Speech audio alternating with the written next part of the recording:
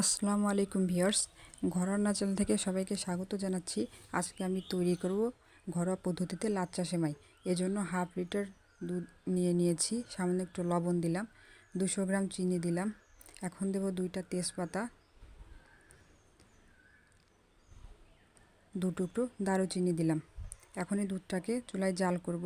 চুলা জ্বালিয়ে দিয়েছি, ঘন ঘন নেড়ে চেড়ে দুধের সাথে চিনিটা মিশিয়ে নেব। অপেক্ষা করব দুধে বলক আসা পর্যন্ত।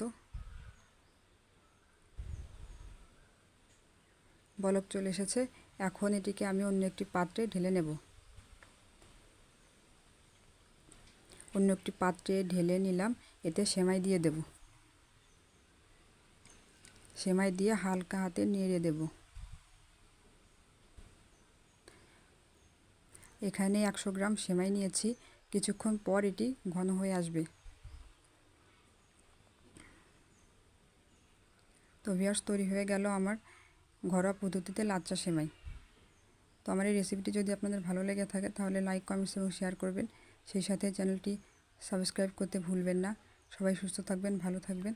আসসালামু আলাইকুম।